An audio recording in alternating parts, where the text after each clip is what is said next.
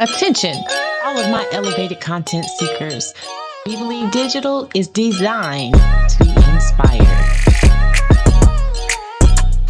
Whether it's music, news, entertainment, We Believe Digital has the content that you don't want to miss. We're bringing you the best in news, entertainment, sports, inspiration, and so much more. Not only are we designed to inspire, but you can advertise with us and reach your target audience now. Got something that you believe in? Well, we believe in you, and we're offering you the opportunity to become a podcaster at We Believe Digital Studios. To become a want to know more? You can contact us at www.webelievedigital.com. And while you're at it, be sure to follow us on YouTube, Facebook, Instagram, and Roku at We Believe Digital. Good evening and welcome to Doc and Sock. We're broadcasting live from right here in Jackson, Mississippi. Mississippi, a state where everybody should want to come, raise your family, work, develop. It's the last frontier. You know, some people are talking about going out of space, building civilizations on the moon. Some are talking about building them on the ocean floor. But I say if you want a real challenge, come to Mississippi. Come to Jackson, Mississippi in particular. And we're going to talk about some of the things that's keeping Jackson down. We're talking about some of the things that the new mayor has coined the phrase Jackson Rising. We're going to talk about what is it that's really holding Jackson back. Is it the climate? Is it the geography? Is it the people? Is it the politics? Just what is it that makes us last in every category that you don't want to be last in? Now, if you're watching us on Facebook, subscribe to the program, send us stars. Share this program with your friends and neighbors. It's important to us. If you're watching us on YouTube, hit the notification bell so you won't miss any of these shows. This content you won't find anywhere else on the planet. You know, Doc and Sock, my co-host, has wealth of knowledge and experience. Not only has he lived it, he lived it and he worked it, and he can tell you a thing or two. Now, we are also being seen on Twitch and on TikTok, on Instagram and Facebook, and many other platforms. Also, the podcast station. So you can find us, look for us there, share the program with your friends and families, and subscribe to the program. Now, we're going to get right into the heart of our show today. Doc, how have you been? I've been fine, sir. And you, sir? I've been well. I've been well. Wonderful. Today it was hot. But it's been hot in Jackson for a couple of days, Doc, in more than one way. That's correct. And when it's hot, that means you have to figure out a way to make things cool. And that's what we do on the Doc and Sock show. We don't care about the temperature. If you get the temperature right and keep people messed up as they are, they're still going to be bad. So we have to work on the problems, make a plan, and execute. Just that simple. Doc, we have this issue of heat and where it's hot and the crime is running rampant throughout our state and in particular in our city. And youth crime seems to be running more rampant than ever before. And Doc, you have put together a position paper that you believe will solve some of these crimes. Sure. Now, I don't like to be 100%, but I can assure you if this paper would be used without another study by the state or the people in the city of Jackson or any other city in America, you'll find that about 99% of the youth criminal activity will disappear within 2 to 3 years. Wow. 99%. Now, Doc, I'm going to read your opening statement here just for our viewers out there across the world. Doc says eliminating youth crime is not something any city can realistically guarantee. However, a city can make major reductions in youth violence and juvenile crime by using evidence-based prevention, intervention, enforcement, education, and economic opportunity together.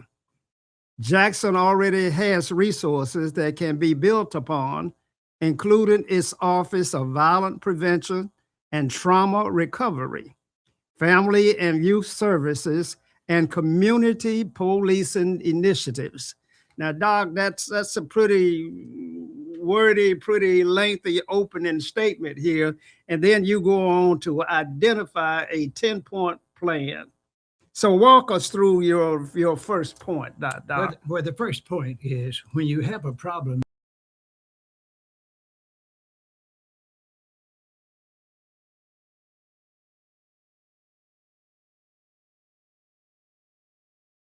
in America or the world, there are always some step-by-step strategies you have to use in order to correct the problem.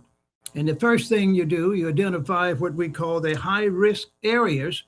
And in Jackson, and especially in America, the maps of those cities, of those states, will show the highest rates of juvenile arrest.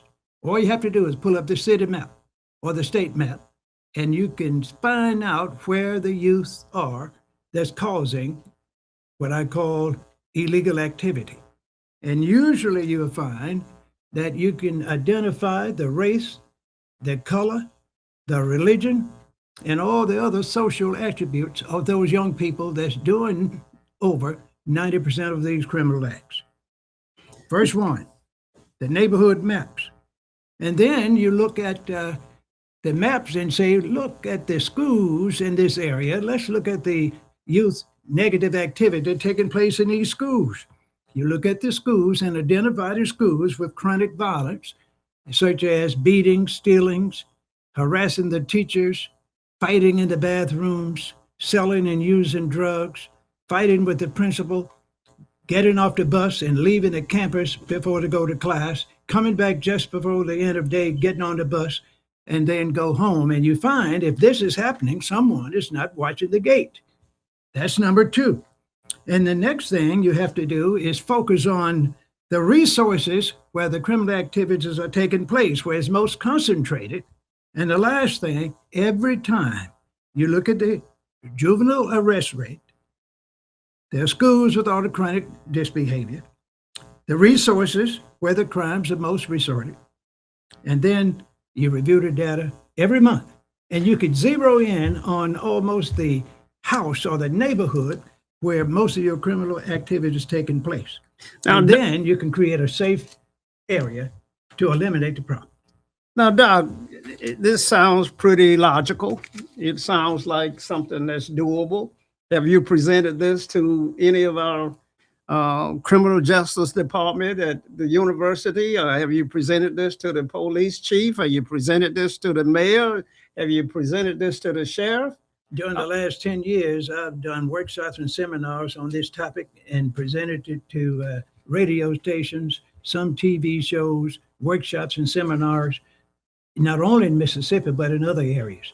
Whenever you have activity, criminal activities, I don't care whether the youth or others, is basically the same problem, the same type people with the same excuses. And usually the number one excuse is these criminals want what they can't afford to get through work. And it's because they have been misaligned through the families by being dysfunctional. Usually the school system turned them down, and the city officials ignored them by allocating the resources where they shouldn't be and taking it away from the youth to provide the programs that I will address and been addressing for over 10 years. Now, Doc, in Mississippi, the Black population is 40+% of our state. Yes, when we look at who's locked up, who's incarcerated in our prisons and in our jails, Blacks are disproportionately locked up. greater than 65 to 70% of our prison population is African American, and yet you have 40% of the total population in that category. Why do you think that is? Well, it's because of what a lot of people in the books and experts call miscarriage of justice. Anytime you have a group of people that have policies and guidelines in their constitutions, in their procedures, and they are in the majority in elected and money type position. When I say money type, position that pay someone to carry out a job in order to maintain the status quo or keep things the way they are historically, you will find that those people will find someone to punish to stay in those positions of responsibility. And usually it's three groups. One, elected and appointed officials, ministers, and corporate leaders. Those three groups always work together. That's where the money is. And there is not one politician I know that does not like money, elected or appointed. Very few people that's in the preaching business will turn down money, and they shouldn't. And I know that corporate leaders make money by hooking and crooking and taking advantage of the workers in their industries. Mm-hmm. So that's the real reason, money, power. You sound like a socialist. You sound like someone who does not believe in capitalism, someone that thinks that, having money is evil. Maybe even written in the Bible that the love of money, I guess it didn't say having money, but it said the love of money is a bad thing. And the poor rich man sent a message back from hell and said, don't come down here. And so I don't think that corporate leaders are evil in that they are trying to make money for their shareholders. Well, if you believe that, sir, you don't believe there's a moon and you don't believe there's an earth. But now, believe what you want. But capitalist, there's nothing wrong with being a capitalist. And there's nothing wrong with having money and other resources, but you shouldn't have more than you could use in 3 generations. If you have a lot of resources, it means you have overpaid yourself and underpaid someone else. And usually that's the worker. How are you going to overpay oneself and underpay another? I mean, are you supposed to find a way to balance the wealth inside of the community? Are you saying that we need a different system than the one that we have? Of course, it's very simple. If you have a economically deprived area, that means something is wrong. Someone is not educated properly. Someone is not making what we call a livable wage salary. Someone has poor schools. Someone has been given a lot of what I call teachers that have been misplaced because they are not very efficient. Someone has some poor leaders and administration in the school system or in the political system. But with the proper resources, when it's unequal, all one has to do that's in leadership positions, allocate some of those funds to eliminate some of the problems I just mentioned. Increase the school system's funding for specific programs that's causing the young people to get that miseducation, that's causing the parents not to have a job. Put some data centers in that area. Do something that's going to generate income after one get trained and get the credentials they need to be competitive, instead of being there, being punished. And then the politicians are saying, we are not going to help these folks because they don't vote anyway. Now, Doc, Mississippi has a history. We had more slaves, and there were more slaves in Mississippi than Europeans at one point. And of course, before that, the Choctaw Indians ran rampant. They ruled the state of Mississippi, the complete territory. I can't find a Choctaw Indian hardly now anymore. I go up to Philadelphia and look around. I see the golden moon, but I don't see many Choctaws. Well, you don't, I don't, and most people don't. is because those Choctaws decided that most of them decided they would leave Mississippi, but there were a few renegades that stayed up there in those wooded areas and in the caves and way out there in the middle of nowhere. They decided they wouldn't leave, but most of those were segregated to the point where they were just ignored since they got rid of the warriors. See, when you get rid of the warriors, you don't worry about what I call the other little groups that hang behind. You already have those people under control because the warriors fight or die or be forced out. Those that don't want to fight and don't want to die just go and hide somewhere and try to infiltrate themselves in shelters in forests way up in the mountains somewhere, and they're not going to do anything but stay away from society. Now, Doc, I remember the story of the Trail of Tears where they marched all of the Choctaw Indians all the way to Oklahoma. And those that didn't go, like you say, I wouldn't call them renegades, but they did hide out in the hills and in the swamps and in those areas because they had to try and survive because they didn't want to march. Well, they did themselves a favor by not marching. If I would say if you left 1,000 Choctaw in Philadelphia in that area up in that part of the state, half of them wouldn't have made it anyway. So that would have been 500 left. With the others staying away, about 1,000 survived by staying in that area. Now look at them. They have done tremendously well, and they are coming out of the woods. They are getting education and training. They have a strong school system, and they have a fairly decent leadership team from time to time. Some of the chiefs are corrupt, have been in the past. Others are good. It's just like the Republican and Democrat leaders in America. You have a good president every now and then you have two poor ones. Have another good one when the two poor ones, which usually comprise about 8 years, mess up real bad. The people would feel sorry and let another one come in from another party. He or she, not she, they don't believe in female presidents in America. One day it's going to happen, of course, but they want to have this thing smooth down to the point where certain people that missed getting that economic gain, getting rich, can get a chance to do so. And that's why they change, and then they restrict those people through the vote and make sure they don't do too much liberalism when it comes to legislation. You keep it catered towards the upper class and the hard worker that work for the upper class representatives. We call that the upper middle class. So the plight of the Choctaw Nation is similar to the plight of Africans? Exactly. So, but they didn't survive like we did. Well, you can't find any nation in the world that survived like blacks. The blacks have been the most despised individuals in the history of the world on all continents, wherever they have been. Since they left Africa back in the 800s and 900s and moved all over Europe and everywhere else.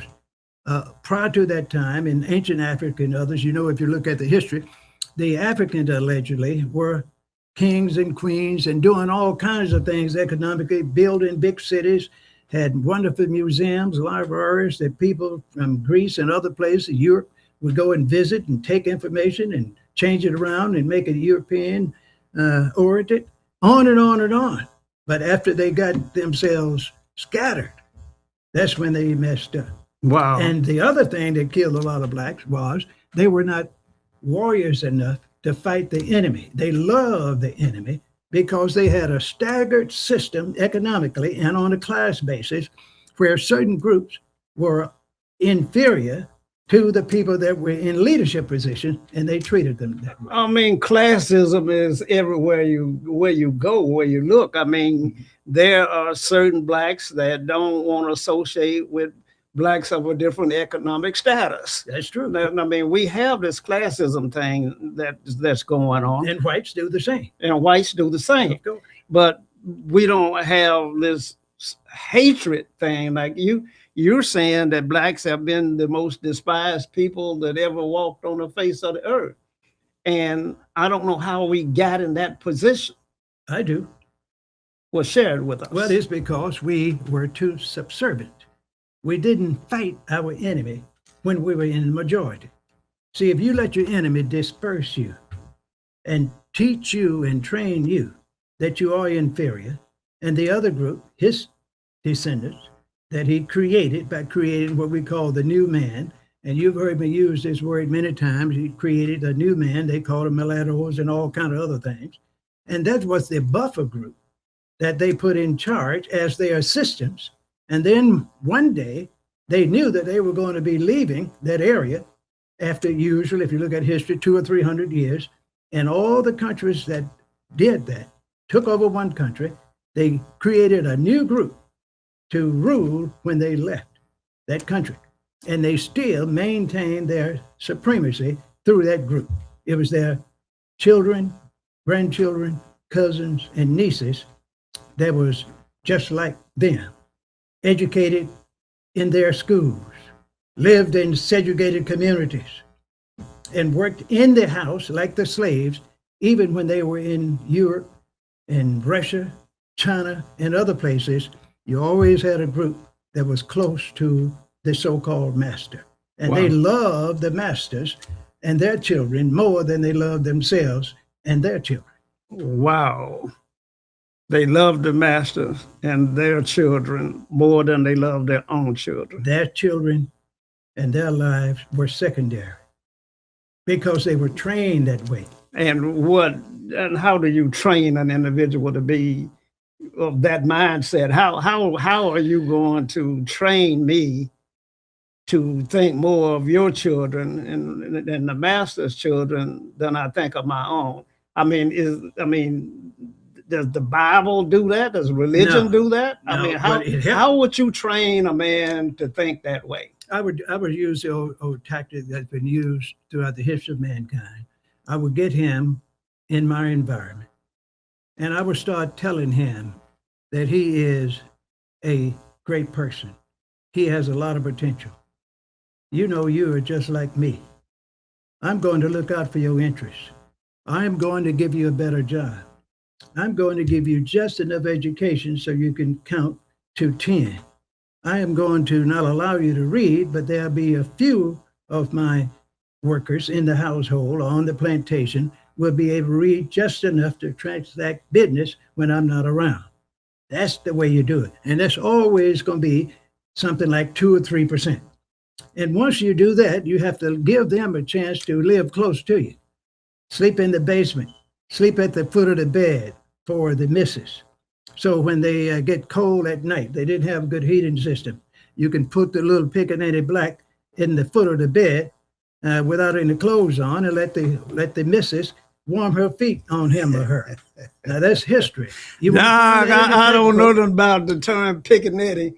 I heard. I'm using the words that I've been reading for years, sir. You don't find this in the books. You find it in the primary sources, sir. Periodicals and newspapers during the era that I'm talking about. So we were foot warmers. That's right.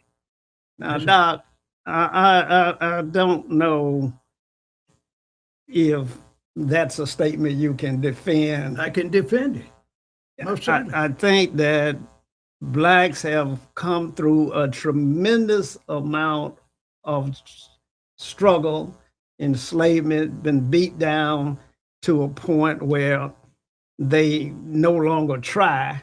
You know, I often use the analogy, if you put a flea in a jar and you put the lid on the jar, the flea will jump to try to get out of the jar and keep bumping his head against the lid.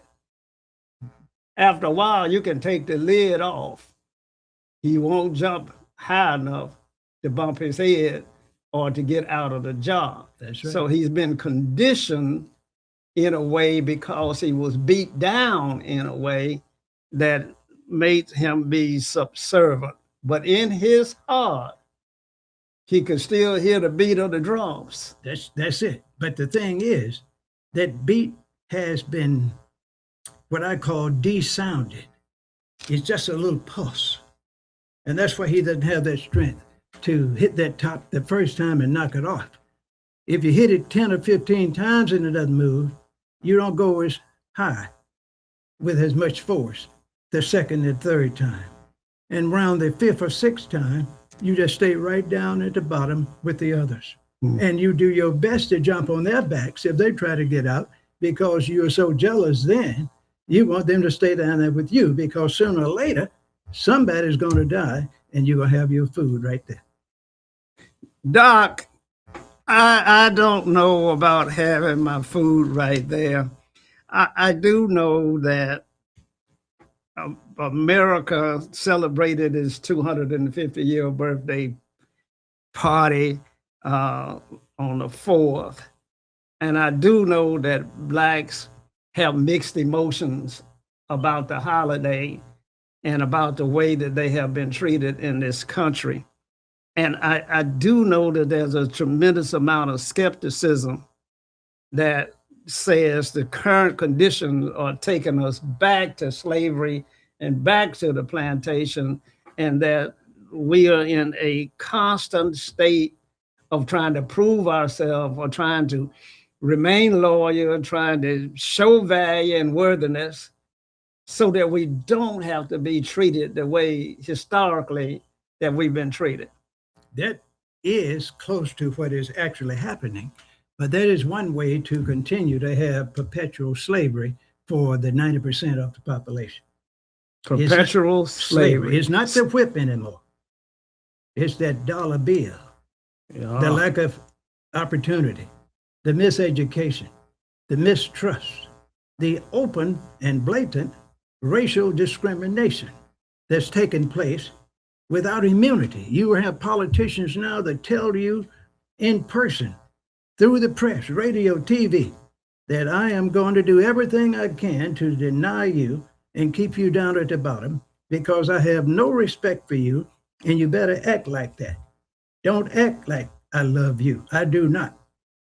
And if you play with me in a negative manner, I'm going to take care of you. I'm going to have you taken care of legally, and it's going to happen in 30, 60, and 90 days.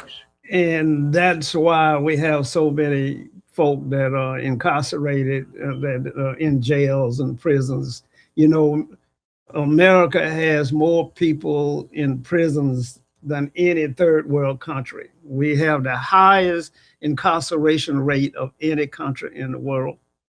And there's a reason for that, Doc. Of course it is. There is a reason, and there will always be a reason if we continue to allow this to happen and not do anything about it, like voting, like pooling resources, like voting for other parties and forgetting about parties that are not getting you anywhere, by building coalitions with other groups that have less than you have. And there are some people in America that have less than Blacks. Wow. And I mean, economically and educationally. Wow. I can't identify them right off, but if you say so. I can. Okay. They are usually the lower segment of the Native Americans and the lower segment of the so-called European American. We call them poor whites. Many of them are worse off than poor Blacks, because they feel strong, but they just can't seem to get ahead. I'm talking about the poor whites. And then make those people angry, make them sick psychologically. And they hate Black people and other people of color, especially the dark-hued colors. And they want to do everything they can except love them. And everything they can do is to hurt them, to kill them, and to cause destruction in their midst. This group was characterized as the Proud Boys or the Klan, or how do they characterize themselves? Well, see, they got sophisticated. They used to be the poor white patrol guys during the slavery time. And then when they got a little sophisticated, they made those same people the police officers, because you didn't have to have any training. You just had to have the ability to speak just enough English so they can understand what was going on, and the ability to have a weapon, a knife, a pistol, a rifle, or a stick, or whatever you had, to whip the poor people in line. That gave you power. That gave you status. And later on, after they got through with the boys that would patrol the plantations, made them police officers then when they got a little freedom, called it emancipation. They then got another group to come forth and say, well, now we got rid of the enemy. We are going to reclaim our so called democracy. And those people then were elected as the politicians. I'm talking about the Europeans. They were elected again, and I'm talking specifically about the Southern Europeans. And they then organized themselves at a little higher level and had what we call the suit group, the city councils, and others that were promoting racism and historical racism. Then they got to the point where they had the middle class call themselves the sovereignty commissions in various states and use other names. Those were those middle class and lower middle class whites, males and females, and had blacks involved too, that checked the blacks, especially those who were talking about economic independence, those that wanted to eliminate miseducation in the schools, those that would tell the leaders, the white leaders, we want you to spend more money for economics in my little area of the city. We want streets paved. We want sidewalks. And they were saying, no, you don't need none of that now. You don't need that. You don't vote. And of course, you didn't vote because it was so difficult to vote. You had to have a PhD in order to vote. And if you had 3 PhDs in one district, couldn't but one of them vote because he couldn't pass the test. Doc, it's been hard. Howard Ketchum say, it's hard out here on the color. Then you die, get ready for the fire. That's right. And so it's just real difficult out here to make inroads and progress. There are individuals that are able to navigate the system in a way and succeed at a higher level. Well, you got to do that. You have to create a few like that so you can have somebody to go to and find out what's actually going on with that 95% that you want to make sure you keep them in chain. Wow. Now we're up against the commercial break, but we want you to stay with us. I know that we're talking, this conversation is difficult for some of you to hear out there. And I get a tremendous amount of comments from my white brothers and sisters out there that think that we ought to just shut up and that we ought to quit talking about the past and talk about the future. Don't look in the rearview mirror. Let's look forward. But when you look forward and the same bridge is out, you know that there's trouble ahead, and that trouble hadn't gone anywhere. We saw what happened to the American Indian and all of the treaties and all of the negotiations where ultimately we can't find any Indians. I'm talking about the ones with the feathers now, not the ones with the dot. And so, but you can't find any of the American Indians anymore. And if we're not careful, we have to say, just like our Jewish brothers and sisters say over there, they say never again. They remind and they teach their children, never again will they allow the things that happened to them during the Holocaust and other areas that were similar to what was happening to blacks as well. But we don't preach never again. We'll preach association and inclusion, and let's get together, work together. And we have bought in that in the end, God's going to make everything right. He is going to make absolutely certain that when we get to heaven, that everything will be fair, that the economic opportunities will be there. There won't be no discrimination. It will be milk and honey and streets of gold. And so we buy into a reward that comes later, Doc. You are a minister. That's how we. Of course, that's where we've been trained to believe. And that's good for the people in power. You have to train your subjects to feel that they are inferior. You have to train your subjects to say, I want to turn the other cheek because I want to be saved. My dad was like that. He wanted to go to heaven. That's what he was living for. And from time to time, he wasn't on the right road. And just before he died last week, he was assured that he was going to heaven. Guess who told him? Who? I did. How did you know?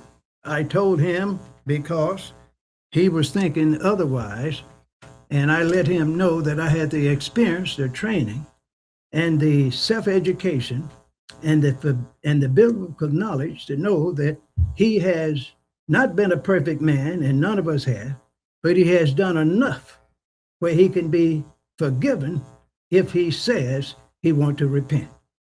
And he did repent. And I told him, now that's all you have to do.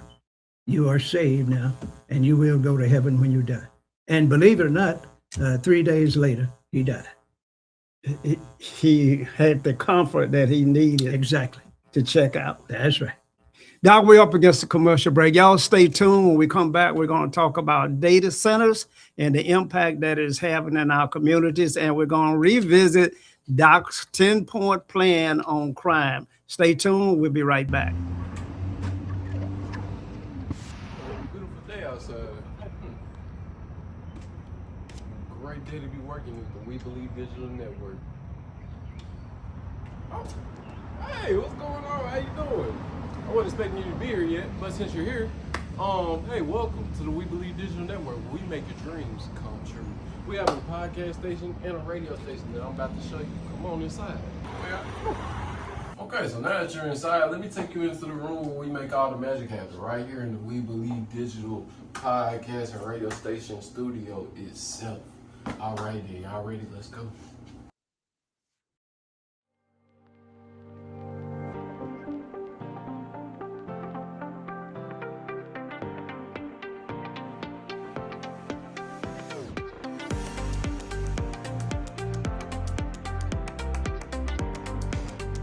Hey, welcome to the behind the scenes room of the We Believe Digital podcast, where all the podcast and engineering happens when we make all the magic happen. I am your engineer, head engineer, JB. How you doing? Hope all is well. Currently right now at the We Believe Digital Network, we have a deal going on for $99 an hour studio sessions. So don't miss out on this opportunity. Let us know if you want it. And reach out to your team and we'll build your dream. Have a good one.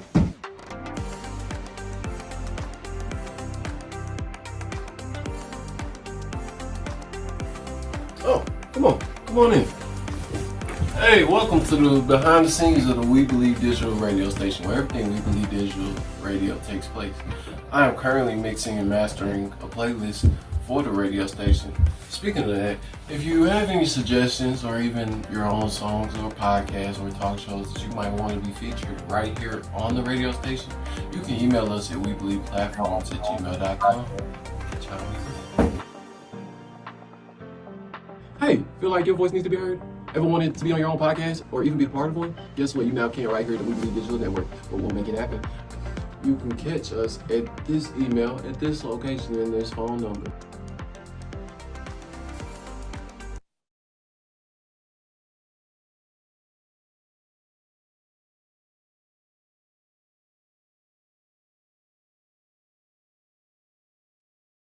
SocratesGarrettENT.com is a diversified firm specializing in recycled aggregates and crushed concrete. SocratesGarrettENT.com's recycled materials provide the construction industry with significant economic and environmental benefits by recycling clean concrete rubble into MDOT grade rock materials. Recycled aggregates and crushed concrete can be applied to driveways, road construction, bank protection, parking lots, general bulk fills, and more. By using SocratesGarrettENT.com's crushed concrete products, anyone from homeowners to general contractors can help reduce landfilled concrete waste, conserve natural resources, and gain significant economic savings on materials and disposal costs. For more information, please call 601-896-0084 or visit us online at SocratesGarrettENT.com.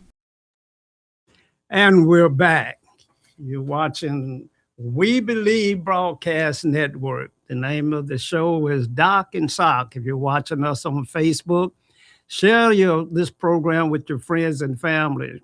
subscribe, Center Stars, YouTube, hit the notification bell, subscribe to our program, TikTok, Instagram, Twitch. You can find us on just about any platform where you get your streaming information from. WeBelieveDigital.com. We Believe Digital Podcast on YouTube, Roku, Instagram, Twitch, TikTok, everywhere else. Also, as the commercial said, join us on our own broadcast radio station, We Believe Digital Radio Station, where you find some of the best music in the world. And we're going to get right back into our show because time is running out on us. Doc, the Jackson, Mississippi has been labeled as probably the most dangerous city in America with the highest crime rate of any urban city. It is the blackest city of any municipality in the country. We're 85 to 90% Black in Jackson, Mississippi. We're poor. Poverty reigns in terror in our community because we have high crime, because people don't have enough resources to do what they want to do. And Doc, there's a tremendous controversy about data centers. And I noticed that our city council is grappling with that. They had a moratorium, they lifted the moratorium. They had hearings the other day. We don't know whether we want data centers in our city or not. But the economic impact of data centers in poor cities is almost like a lifeline. Now, the question becomes, scientifically speaking, are they harmful? Do we have enough information to see what the danger of data centers will be? And so we have turned on ourselves now. I was listening at the show on WMPR this afternoon where the host over there was going after Bishop Ronnie Crudable, a prominent business person and pastor in our marketplace, because he supports data centers. Doc, as poor as we are, as unhealthy as we already are, I don't know what other lifeline we can find for our city other than data centers. What's your thoughts? Well, the bishop has been misused and abused, if you say they attacked him in a very negative way. Now, I didn't see that. I do intend to see it on the 10 o'clock news or hear it on some of the radio stations later tonight or tomorrow. But anyone, anywhere in America that's against data centers ought to be ashamed of themselves. And they are scared because they don't have enough information on it. Even if they don't have information, you shouldn't have the old theory that it's not good because you never had it before. The thing that we are going to have to do as American citizens, especially in poor economic zones, like inner city, Black inner cities, you're going to have to support the data centers. You're going to have to retrain the people within that community and get them certifications and credentials so they can get those jobs and make that $30,000 to $100,000 a year. You have to find those young people that dropped out of school and put them in these 6 weeks, 8 weeks, 10 weeks, and 4 and 6 month programs where they can get the certification. Many of them have the ability to learn the technology because they do it every day. So you don't just not have one and allow the people in the northern and the western and the eastern part of your city or your county have those data centers and all the jobs, because you're going to maintain the same problems economically throughout your area. So I would tell you, any Black person or poor groups that's against data centers ought to rethink, research, and refocus on economic development, get you a job, get your folks trained, and then if you don't like what is happening in the center, you have enough money now where you can move and buy your house in another part of this county or the city. That's how easily it can be rectified. Now, Doc, and to our viewers out there, those citizens of Jackson and those citizens in the surrounding areas, you know, Doc, I believe you said earlier that we were against going to the moon. Of course, against cars, airplanes, poor folks, black and white, preachers. And I've seen sermons in the early 1900s in magazines and other books where the preachers talked against airplanes and cars. Say we don't need them. God had nothing to do with that. That's man's evil way to pollute the minds of the citizens or the people. Don't play around with that. It's going to hurt you in the long run. And I don't know what the airplane industry has done to folks. I don't know if any hurt.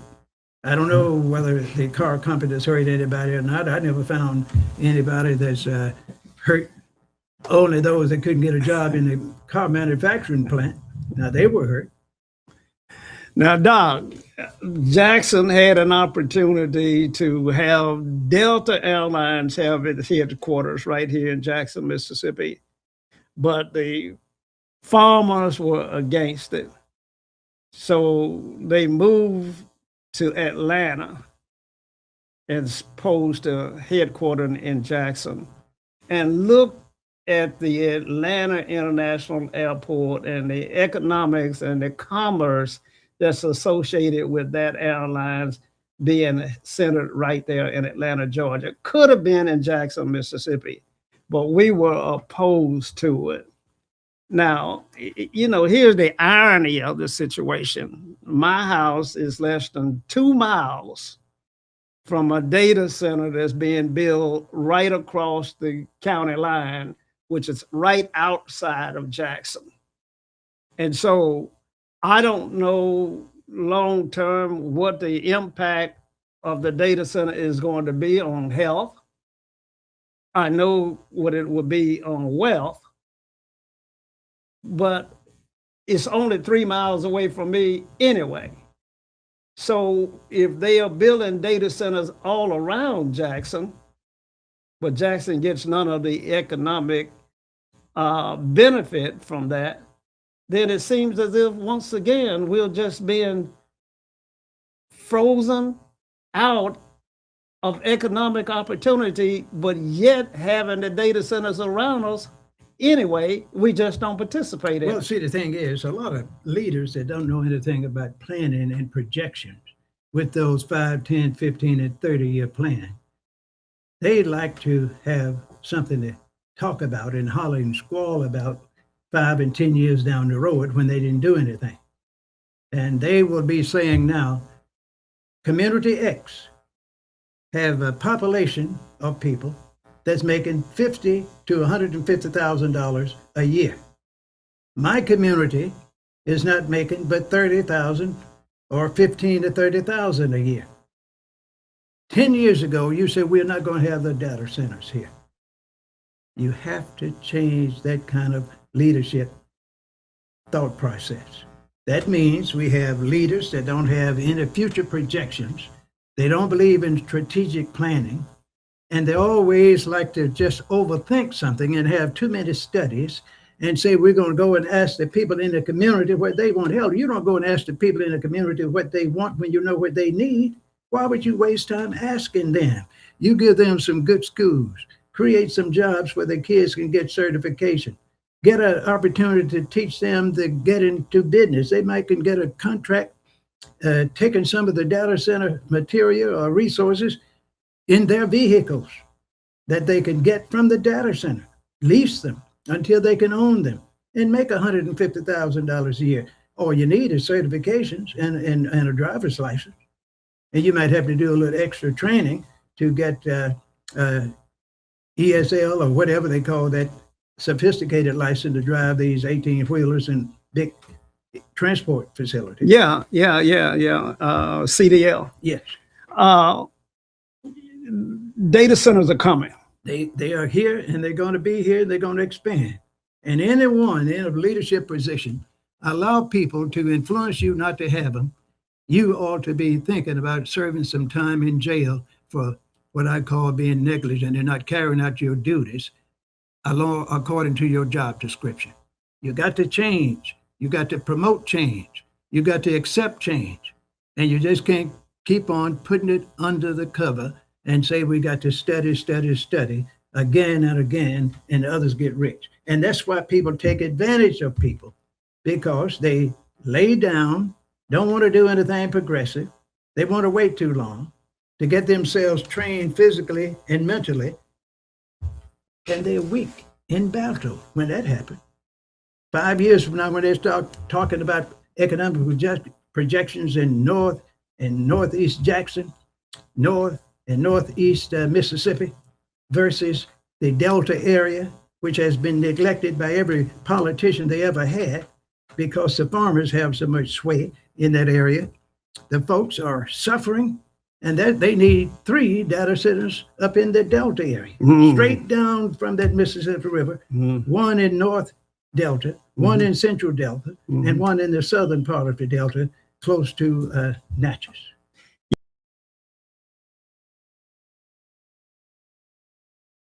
Progress. We have a new way of doing things now.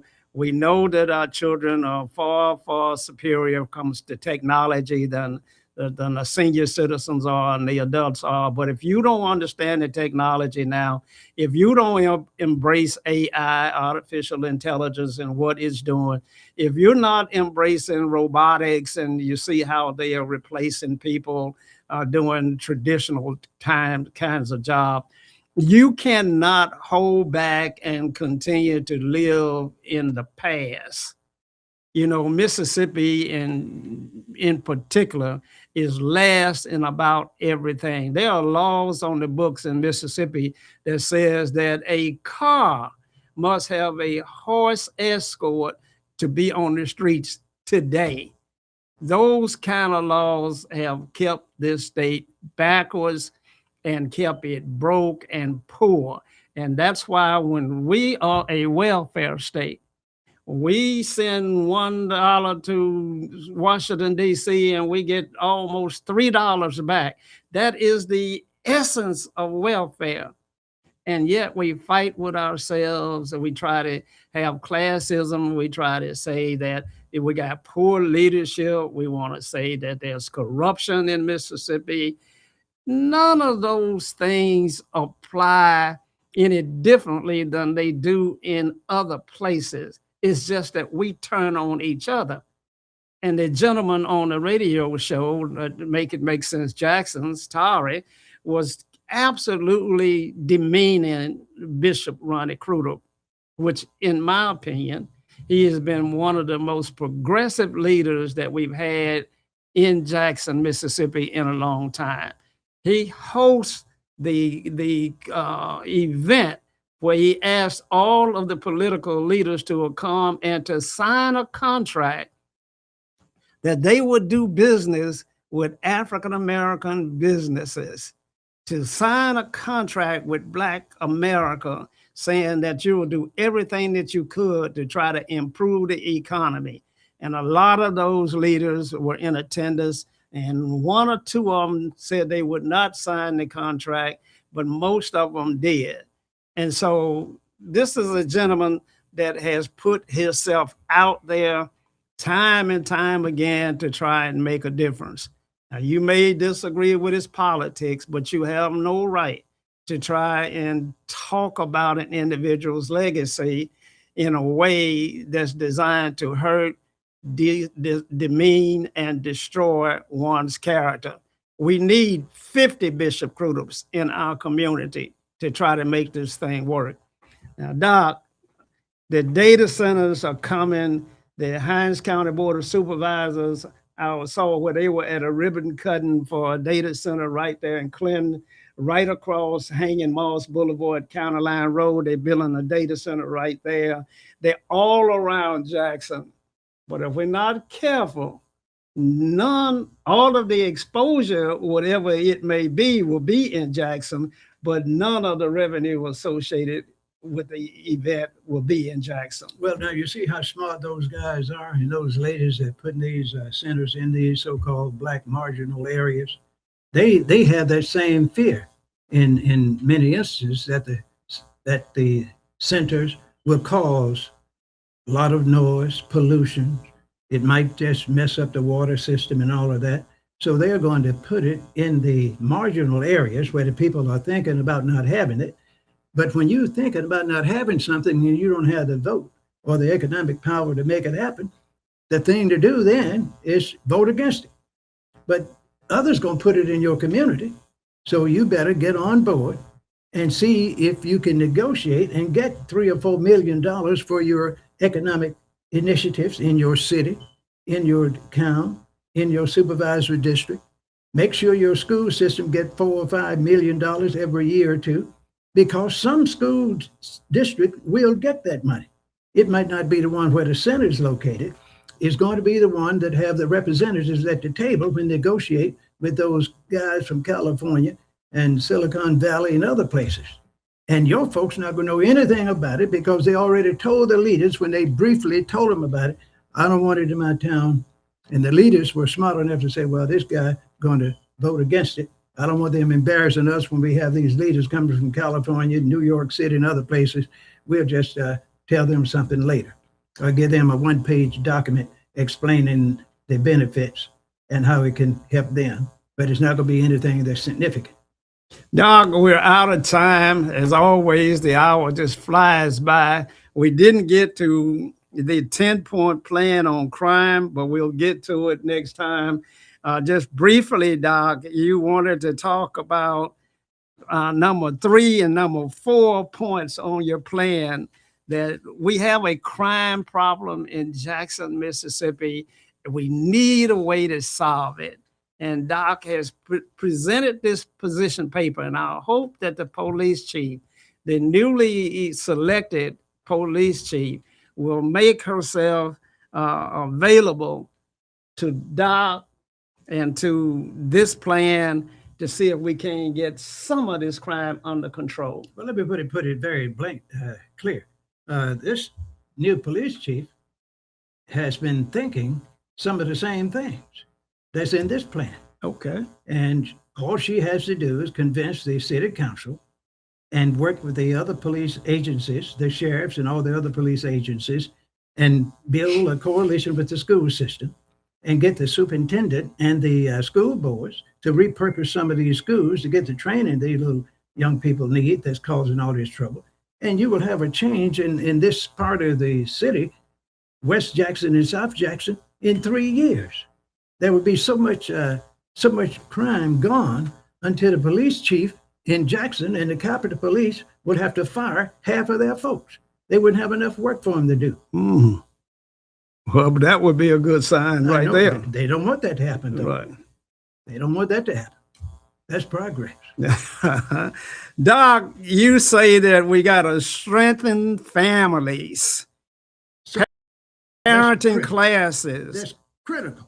Family counseling, mental health services, substance abuse treatment, conflict resolution training, and home visits for high-risk families. If you do that, you'll see significant changes in 36 to 90 days. Some people are misfocused. They know nothing about parenting. All they know about parenting is to have one more kid in 11 months. I don't want to embarrass anyone, so I'm not going to say anything else about it, but we might talk about it next week. We're going to have to talk about it. One last thought, though. Home visit for high-risk families. That sounds like a remarkable idea. It's a great idea. You know, you have to know where your high-risk families are, and then we ought to have home visits. They do that now in the healthcare industry. They will come to your house if you have a sick person in your house. I mean, one that's physically sick or mentally sick, and give what they call a personal assessment and say, are you able to walk? Are you able to talk? Can you hear? Do you stumble? Do you have adequate income? What kind of skills do you need us to rehabilitate? It's a little checklist. And if you check 5 out of 10, you address those 5. In just a matter of weeks, that person is walking better, talking better, he's getting the medicine he needs, he's eating better, he's taking physical therapy at home and elsewhere. And in 6 months, that person has put the cane down out of the wheelchair and he is driving or she is driving again and visiting their relatives and friends in Texas, New York City, and Canada. And you're saying we can do that to fight crime, to eliminate yes, crime? I guarantee. And it can be done in 30, 60, 90 days, at least starting. We're going to come back and we're going to deal with this plan. I think it's one that we're going to share with our viewers all over the world. We're also going to get it published in the Mississippi Link newspaper. And we're going to present solutions and ideas. We're not here just to always talk about what's wrong. We're talking about what's wrong, but how to fix what's wrong. And this is an example of that. And so, Doc, any past final comments? Yes, one thing I always want our viewers to know that if you want to hear the real non-radio and television information on how to survive and be competitive in your community and in your state and America, you need to call us at 601-201-1957. That's 601-201-1957. Or email us at clu369@gmail.com. clu369@gmail.com, folks. We can help you change your life, your status, your community in 30, 60, 90 days if you use our strategies and plans. Now, you heard it here at Doc and Sock on We Believe Digital Network. Y'all stay safe and good night. You say it all the time, but you don't know what you